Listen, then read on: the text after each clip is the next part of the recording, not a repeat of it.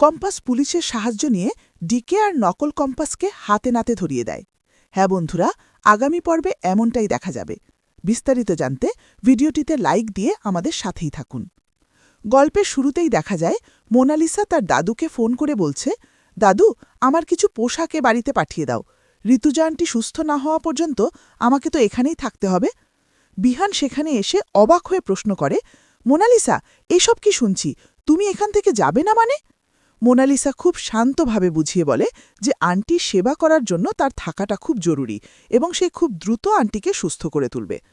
বিহান তখন মোনালিসাকে আশ্বস্ত করে বলে, তোমাকে কষ্ট করে এখানে থাকতে হবে না। আমি কথা দিচ্ছি কম্পাসকে আমার জীবনে আর কোনো জায়গা দেব না। তোমাকেই বিয়ে করব। তুমি নিশ্চিন্তে বাড়ি যাও। এ কথা শুনে মোনালিসা ভীষণ খুশি হয় এবং বিহানের প্রতি তার বিশ্বাস আরও বেড়ে যায়। বিহান তাকে এক প্রকার বুঝিয়ে শুনিয়ে বাড়ি পাঠিয়ে দেয়। অন্যদিকে ঋতুজা মনে মনে হাসছেন। তিনি জানেন মোনালিসা যতই নাটক করুক না কেন সফল হতে পারবে না।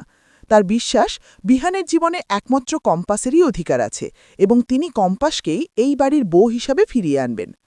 মোনালিসার বিদায়ের পর বিহান মায়ের ঘরে এলে ঋতুজা তাকে বোঝান যে কম্পাস কখনোই তার ক্ষতি করতে পারে না। কম্পাস তাকে নিজের মায়ের মতো শ্রদ্ধা করে। ঋতুজা আরও বলেন যে ডিকেকে ধরার জন্যই কম্পাসকে এসব করতে হয়েছে। বিহান তখন আসল সত্যিটা প্রকাশ করে।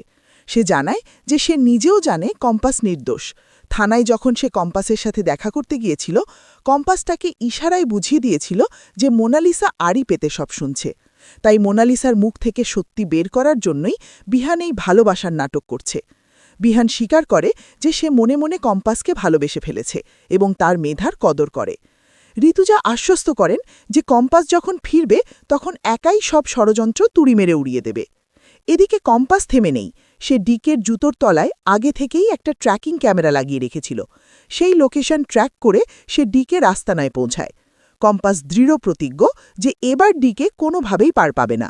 আত্মরক্ষার জন্য সে নিজের জুতোর ভেতর একটি ছুরিও লুকিয়ে রাখে। সে মনে মনে বলে, ডিকে, তুমি আমার জন্মদাতা বাবা হতে পারো, কিন্তু তোমার পাপের শাস্তি তোমাকে পেতেই হবে। অন্যদিকে ডিকে আর মুক্তি নিজেদের জয় নিয়ে উল্লাস করছে। মুক্তি ভাবছে সে এখন বাড়ির সর্বেসর্বা এবং ঋতুজাকে সে চিরতরে সরিয়ে দিয়েছে। কিন্তু তাদের এই আনন্দ বেশিক্ষণ স্থায়ী হয় না। কম্পাস পাঁচিল টপকে ডিকের গোপন ডেরায় ঢুকে পড়ে।